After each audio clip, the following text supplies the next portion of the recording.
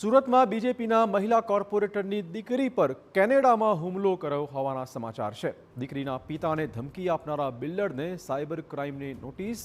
Builder Rafai Mohammad Ashfaq નઈમુદ્દીનને notice ફટકારાઈ છે। કેનેડામાં અભ્યાસ કરતી દીકરી પર થયો હતો 3 વખત હુમલો થતાં કોર્પોરેટરની દીકરી ભારત પરત ફરી હતી, જે બાદ બિલ્ડરે ડમી નંબરથી ધમકી આપી હતી। કોર્પોરેટરના પતિને વોટ્સએપ પર અપાઈ હતી ઘરબીટ ધમકી। ભ્રષ્ટાચાર ન કરવા અને સંતાનોને ભોગવવું પડશે તેવી ચેતવણી તેમાં આપવામાં આવી હતી। એની અંદર જે કોર્પોરેટર છે બીજેપીના, તેમની દીકરીને એક જે બિલ્ડર દ્વારા ક્યાંક ને ક્યાંક ધમકી આપતા હોવાની જે પોલીસ ચોપડે છે તે ફરિયાદ નોંધાઈ છે। તો જે દીકરીના પિતા છે તેમની સાથે સીધી વાત કરીશું શું હકીકત છે, કારણ કે દીકરી જ્યારે વિદેશમાં રહેતી હતી ત્યારે તેમને જે ધમકી આપવામાં આવી છે, તો ફરિયાદી છે તેમની સાથે વાત કરીશું। આપની દીકરીને જે રીતે શું ધમકી મળતી હતી, આખો મામલો શું છે? સર્વપ્રથમ તો 28/3/2023ના રોજ રાત્રે મારા પર એક ધમકીભર્યો મેસેજ આવ્યો હતો અને મેં મેસેજ રીડ કર્યો એટલે સામેવાળાએ મેસેજ ડિલીટ કરી કાઢ્યો હતો। મેં પૂછ્યું ભાઈ તમે કોણ? ત્યાર પછી જે દિવસે મારી દીકરી વિદેશ અભ્યાસ કરવા ગઈ તે દિવસે મારા પર એના વોટ્સએપ પરથી નંબર આવ્યો કે તમારી છોકરી વિદેશ અભ્યાસ કરવા જાય છે તે અભિનંદન, પણ તમે હવે તમારી દીકરીનું ધ્યાન રાખજો, કોઈનું કરેલું કોઈના બાળ બચ્ચાએ ભોગવવું નહીં પડે, બરાબર?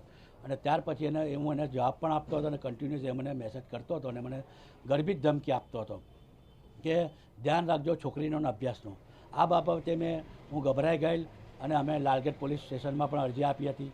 લાલગેટ પોલીસ સ્ટેશનમાં અરજી દફતરે થઈ ગઈ। ત્યાર પછી અમે પોલીસ કમિશનર સાહેબશ્રીને બી અરજી આપી હતી અને તે વખતે પોલીસ કમિશનર સાહેબશ્રીએ એસીપી સાયબરને તપાસ સોંપી હતી। એ અરજી પણ દફતરે થઈ ગઈ અને દફતરે થયા પછી મારી છોકરી પર કેનેડામાં 3 વાર હુમલા થયા એટલે ગભરાઈ ગયો અને મને એવું લાગ્યું ક્યાંક ને ક્યાંક આ લિંક હોઈ શકે, કેમ કે જે ધમકી આપનારો વ્યક્તિ અનનોન હતો, હું એને જાણતો નહોતો, બરાબર? અને કોણ હતું તે મને ખબર નહોતી।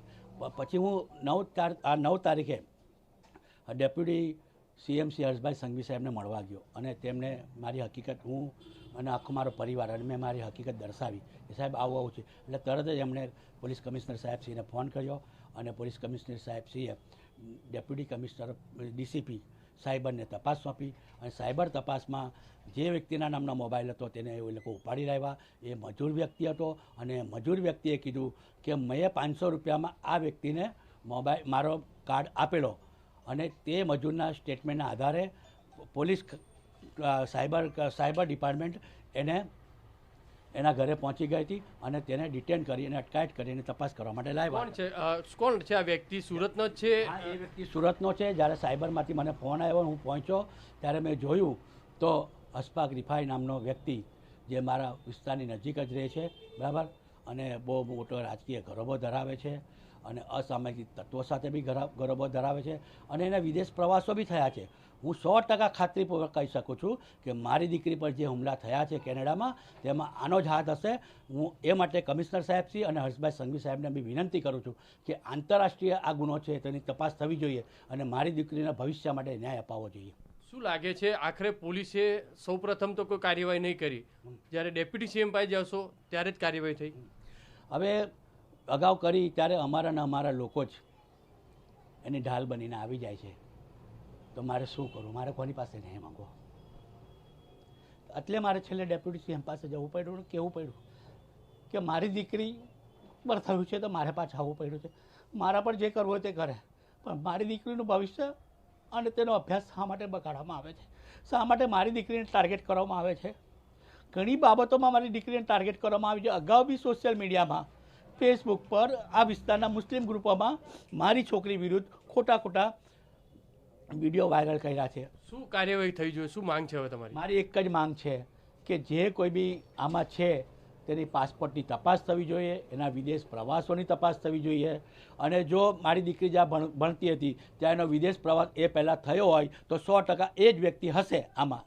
જે રીતે ફરિયાદી જે છે તે અહીંયા કહી રહ્યા છે તે પ્રમાણે સુરત પોલીસની જે ઢીલી નીતિ છે તે સ્પષ્ટ જોવા મળી છે, કારણ કે સૌપ્રથમ સ્થાનિક પોલીસની અંદર અરજી આપવામાં આવી, ત્યારબાદ સુરત પોલીસ કમિશનરને અરજી આપવામાં આવી, છતાં પણ કોઈ નક્કર કાર્યવાહી ન થઈ। ત્યારબાદ જે ડેપ્યુટી સીએમને મળે છે ત્યાં રજૂઆત કરવામાં આવે છે અને ત્યારબાદ જ જો કાર્યવાહી થાય છે. એટલે કે હાલમાં તો સાયબર પોલીસની અંદર આ બાબતે ફરિયાદ નોંધવામાં આવી છે અને સાયબર પોલીસ દ્વારા આ બાબતે ટેકનિકલ મદદના આધારે વધુ તપાસ હાથ ધરી છે. પણ દીકરીને જે રીતે વિદેશની અંદર ધમકી મળી, હુમલા થયા, ત્યારે તેના પિતા છે તે પોતાની આપબીતી જે બતાવી રહ્યા છે. ત્યારે હવે જોવાનું રહ્યું કે સુરત પોલીસ કેટલી ગંભીરતાથી દાખવે છે અને આ બાબતે કેટલી તટસ્થ તપાસ કરશે. કારણ કે અગાઉ તો ફરિયાદ લીધી નહીં, પણ આખરે ઉપરથી જ્યારે ભલામણ આવે છે ત્યારે પોલીસ ફરિયાદ લેવામાં આવે છે. કેમેરામેન સંજય ચંડેલ સાથે બલદેવ સુથાર, TV9 સુરત.